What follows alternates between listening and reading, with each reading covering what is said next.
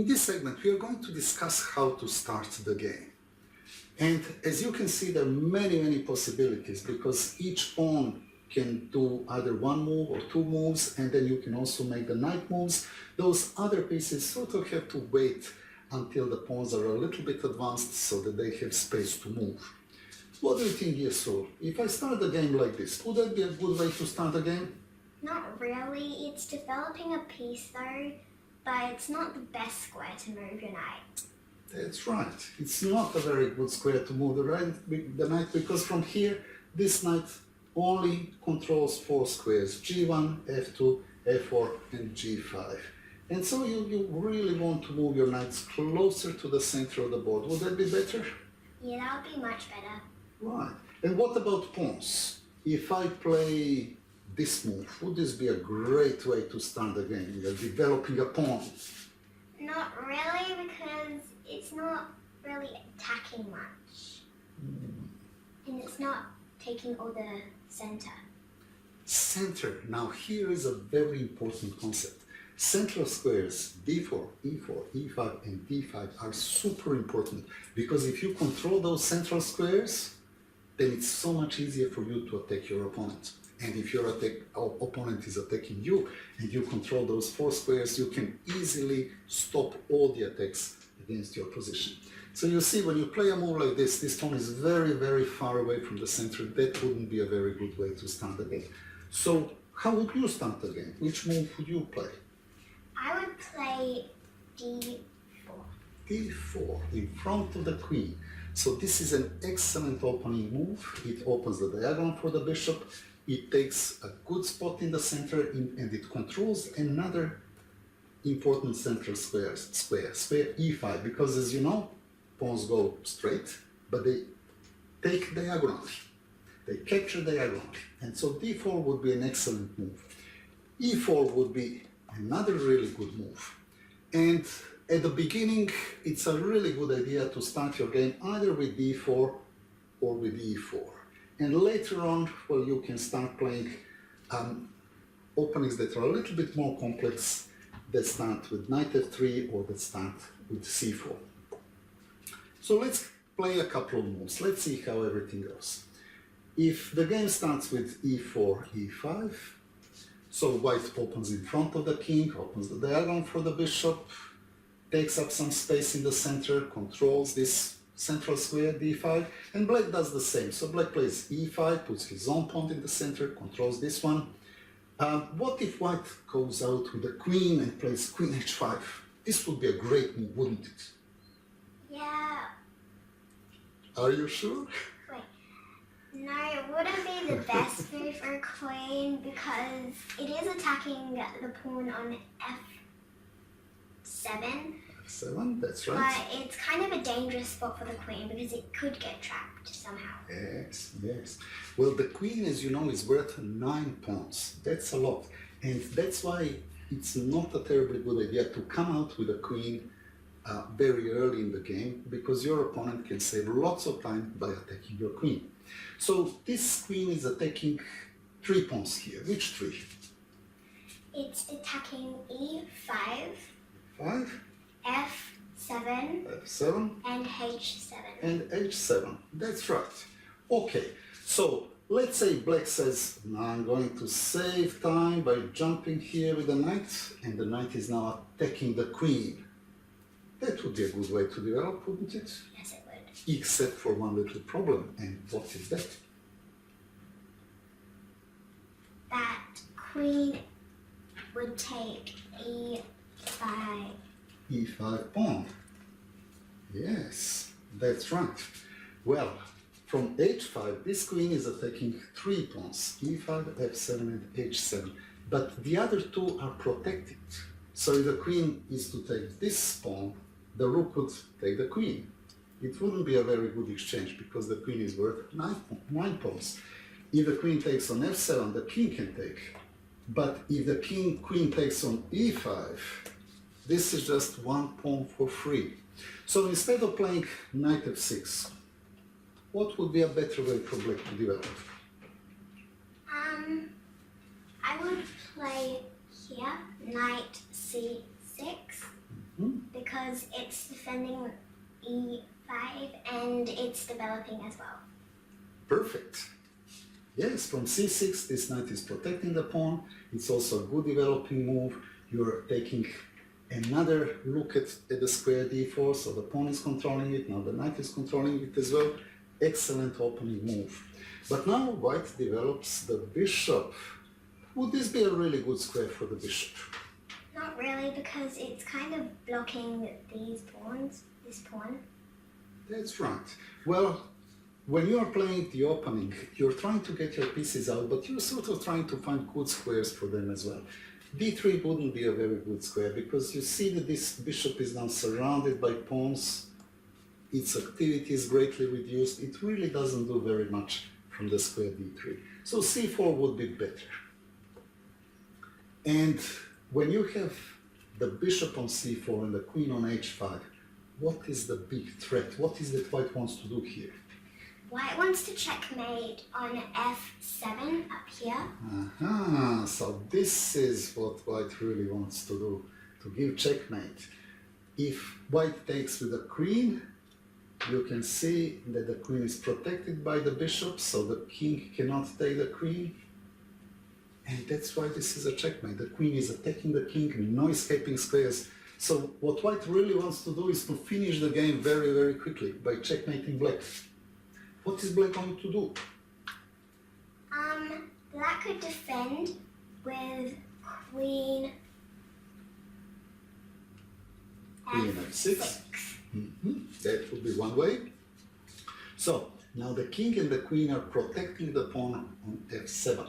That would be one possible way to continue. Would there be other ways to continue? Could you perhaps stop the queen from attacking the pawn? Yeah, you could. You could push g6. You could push g6, that's right. So and g6 would be a pretty nice developing move as well. It opens up the possibility of putting the bishop over there on g7. And as you can see, this diagonal leading towards f7 is now closed, which means that the queen would have to move out of the way. And that's why it's not a very good idea to put the queen out into the game too early, because your opponent can save time by attacking your queen and you will have to keep moving around. Okay, white plays queen to f3. And now would be a perfect moment to develop the bishop. Is that right? Yeah, that's right. That's right. Now, if you develop the bishop, what do you think is going to happen? I think that they're going to start attacking on this piece. Okay, the bishop is attacking on f2, but what do you think is this queen going to do?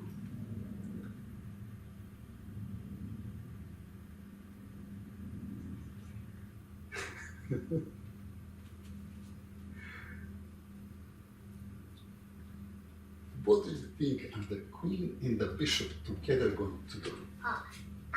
The queen and the bishop together are going to take f7. f7, and this is going to be what? Checkmate. Checkmate, that's right. So bishop c5 would normally be a very good developing move, but in this case, black has to do something about the pawn f7, otherwise black will be checkmated. So what can we do about it? We can defend it with the queen. That's one option. That's one option. Playing queen e7. That's right. One good option would be just to develop the queen. You're protecting the pawn 2 times by the king and the queen. It's attacked 2 times.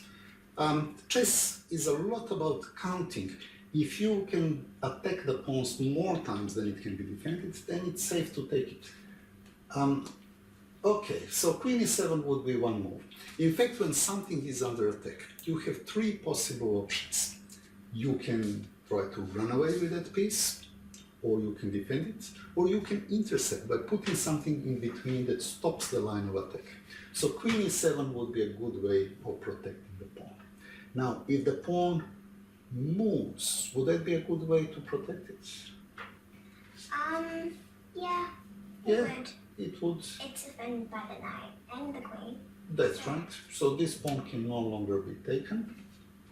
But there will be few little problems there with having the pawn here. For example, with a bishop here, would it be easy for black to castle? No, because all the white pieces are attacking black side castle. Yes, well, it would be very hard for black to castle with this bishop, stopping it from doing so. Another thing is, f6 is a nice developing square for the knight. If you have your pawn there, can you then put your knight there? No, you can't, because You the pawn can't. is in the way of the knight. Yes, which means that it will be a little bit hard to develop that knight. So instead of moving the pawn, a good option might be just to develop a piece. Well, this pawn is no longer attacked twice because the knight is in the way and the knight is protected by the queen. So if the queen takes the knight, the queen will recapture and you're going to give away something that is worth 9 pawns for the knight, which is only worth 3 points. 3 pawns or 3 points. That's right. Okay, well, if white continues with queen b3, how many times is white attacking the pawn on f7? It's attacking the pawn on f7 2 times. 2 times, yes. Even though it may seem that only the bishop is attacking the pawn, because the queen is supporting the bishop, the queen is on the same diagonal, that means that this pawn is really attacked 2 times. It's only defended once. And now you could go with Jesu's recommendation, put the queen out, protect the pawn for the second time, or there is another move here that black can do, and that would be knight d4. Now knight d4 is attacking the queen. So if white plays a developing move like d3, or let's say knight to f3, black is not going to hesitate. Black is going to take this queen as soon as possible. This, however, does not really protect the pawn on f7. So it is still possible for white to take on f7, give a check, and then the king would have to move out of the way. White's problem now is that the queen is still under attack. So the queen has to move, and the queen has to move on this diagonal, otherwise the bishop will be lost. Can the queen move over here and hit checkmate? No, Why not? because the pawn can just take the queen. Yes. So queen e6 wouldn't be a very good move. How about moving the queen here to protect the bishop? Yeah, no, that's not possible because the knight will just take the queen on d5. Exactly. So this queen only has one good square to go to, and that would be c4. Can't go to e6, can't go to d5, can't stay on b3 because the knight would take the queen. But queen also can't stay on c4 for very long because black is going to play the move d5, attack the queen. This pawn is supported by the knight. And now the queen has to move out of the way, after which it is perfectly possible and perfectly safe for this king to take the bishop. So, black would win the bishop, which is worth how many pawns? 3. 3 for just 1 pawn. Would that be a good exchange for black? Yeah. Yes, that would be an excellent exchange for black. Black would really earn quite a bit of material that way. Okay, so the queen is on b3, bishop is on c4. We were looking at the bishop taking on f7, but well, as you can see, it's not really the very best move.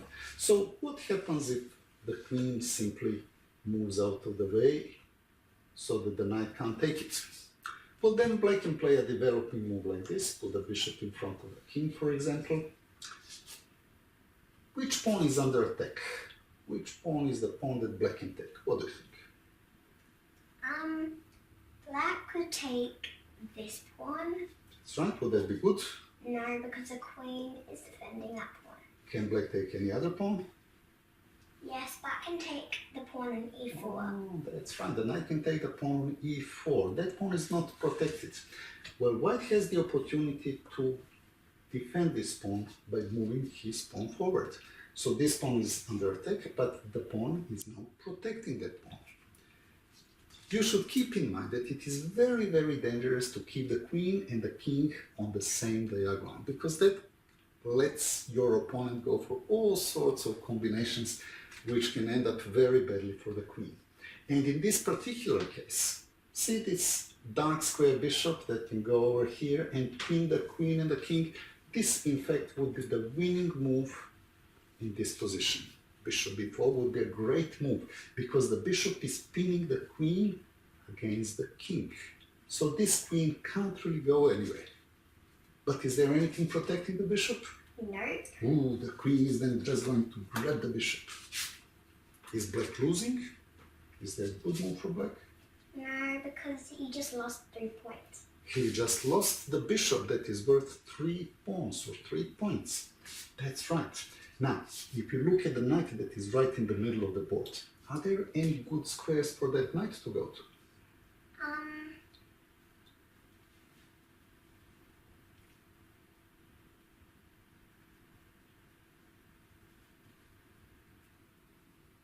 Not many. Not very many. But there is one good square, and that one good square is the c2 square, which is now not protected by any of Black's pieces. So what is this knight doing from that square? It's attacking the queen, the rook, and the king, and it's check. So the king has to move, and one of these 2 pieces will get taken. Yes, that's right. Well, would it be better to take the rook or to take the queen? The queen, because it's worth more than the rook. And when black takes the queen, let's have a look what happened. Well, what black won was the queen, which is worth 9 pawns and 1 pawn, so that's the total of 10, and lost only 1 bishop, which is worth 3. only 3, which means that this would be a winning position for black. Well, that would be one way to punish your opponent from coming out with a queen too early and trying to attack you without that queen having the sufficient support from other pieces.